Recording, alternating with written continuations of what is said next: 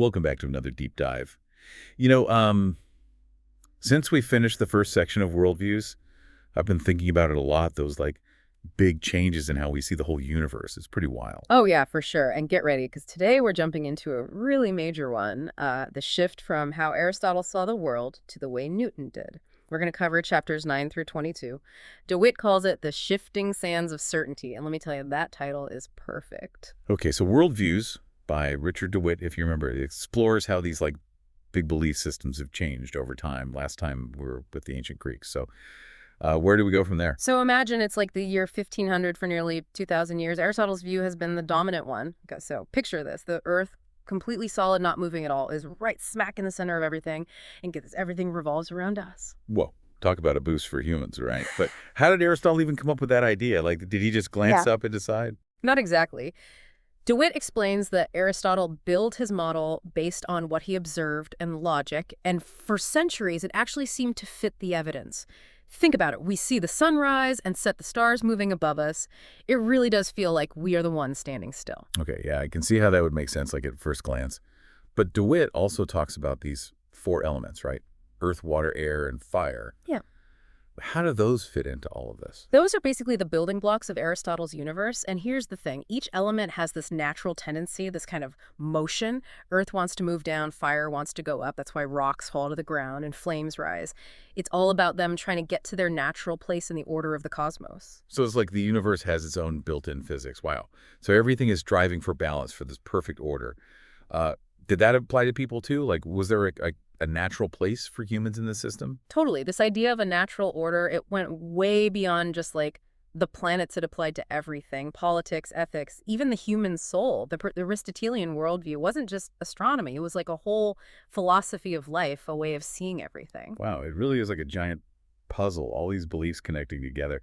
But DeWitt says things start to get shaky for this model, right? You got it. As people observed more and more of the world, cracks started showing up in Aristotle's perfectly ordered universe. And one big problem were those darn planets, they just wouldn't behave. Oh, yeah, they kept doing that whole going backward thing, right? Retrograde motion. Right. DeWitt mentions this guy Ptolemy who tried to explain it away, but it sounds incredibly complicated, like mental gymnastics. Ptolemy was a genius, I'll give him, that he came up with this intricate system of epicycles. Imagine tiny circles within bigger circles, all to keep the Earth at the center while explaining these weird planetary movements. Okay, I'm trying to picture, this sounds like some crazy cosmic drawing toy. No wonder people started searching for a simpler explanation. Wasn't it Copernicus who finally said, hang on, what if the sun is in the center? Exactly. Copernicus's heliocentric model was totally radical, a complete change in thinking. But even he held on to some of Aristotle's ideas, like the planets moving in perfect circles. It took Kepler to shake things up even more. Kepler, the guy with the laws of planetary motion.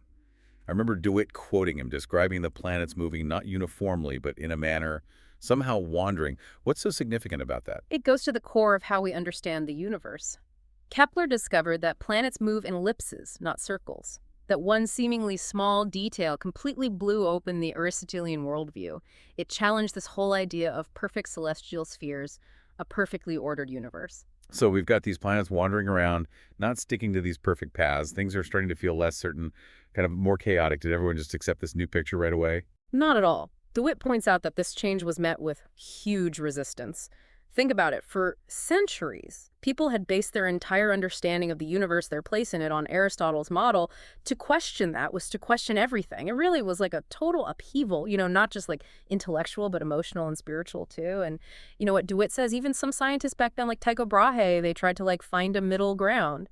Yeah, Brahe's model was really interesting. He kept the Earth at the center with the sun going around us, but then all the other planets orbited the sun. He was trying to have both ways, right?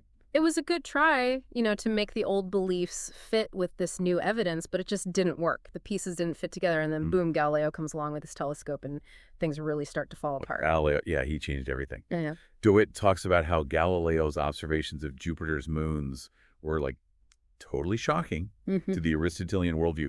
Can you imagine looking through that telescope for the first time and seeing those little dots of light circling another planet? Mind-blowing. It challenged the whole idea that everything goes around Earth, right? Suddenly there's another center of motion out there. And that's not all. Galileo saw imperfections on the sun mountains, on the moon, all of it challenging this idea of perfect unchanging celestial bodies. So the cracks are getting bigger. The whole foundation of the Aristotelian worldview is crumbling. But what takes its place? How do we go from an Earth-centered universe to something totally different? That's where Isaac Newton comes in. DeWitt takes us through this huge shift to the Newtonian worldview, and it all starts with a simple question. What if there's a force controlling how everything in the universe moves? Gravity, we take it for granted now, but back then it was revolutionary. How did Newton even come up with that idea? Did an apple really fall in his head? Well, the apple story is probably made up. DeWitt shows how Newton took the work of the people before him, Copernicus, Kepler, Galileo, and put their observations together into one big theory. His laws of motion and universal gravitation gave a whole new way of understanding the cosmos. So instead of everything trying to get to its natural place, now it's all about forces and how things interact, kind of like the universe went from a perfectly planned dance to like a giant game of pool. That's a great way to put it. And you know what's really interesting? DeWitt quotes Newton himself saying, "I have not been able to discover the cause of those properties of gravity from phenomena, and I frame no hypotheses." Newton even admitted he didn't totally understand this force he had discovered. So the guy who changed how we understand gravity admitted there was still a mystery at its core. It makes you wonder, what mysteries are we facing today that might lead to even bigger shifts in our worldview? Exactly what's exciting is that we're always discovering new things, just like the Aristotelian worldview was replaced. Who's to say our current understanding won't be challenged and changed in the future? That's what's so great about science and exploring. DeWitt really makes that point. He says, "It is likely that our grandchildren will inherit a view of the world which is very different from our own." It's humbling, but also pretty exciting to think about the possibilities, right?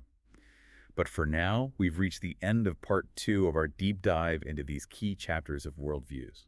Yeah, we've seen a huge change in how humans think, from an Earth-centered universe to one governed by the laws of physics.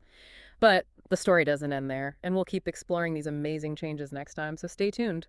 You know, it's crazy to think that for like thousands of years, people really believed the Earth was the center of everything.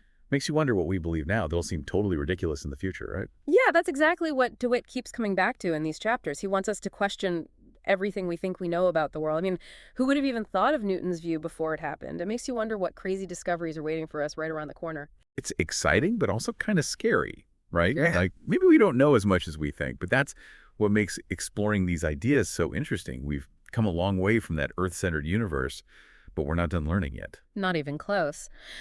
DeWitt reminds us that our current worldview, with relativity, quantum mechanics, evolution, it's all still changing. And just like the shift from Aristotle to Newton, the next big changes might make us rethink some of our most basic beliefs about like what reality even is. So you're saying we better hold on tight because things are going to get even wilder. It makes me think of that Newton quote where he says he's like a kid playing on the beach with this huge ocean of truth still out there to discover. That's a great image, and it really shows the kind of humility DeWitt is talking about. We've learned so much about the universe, but there's always more to learn, more to question, more to explore. That's what makes this whole deep dive into worldviews so amazing. Totally.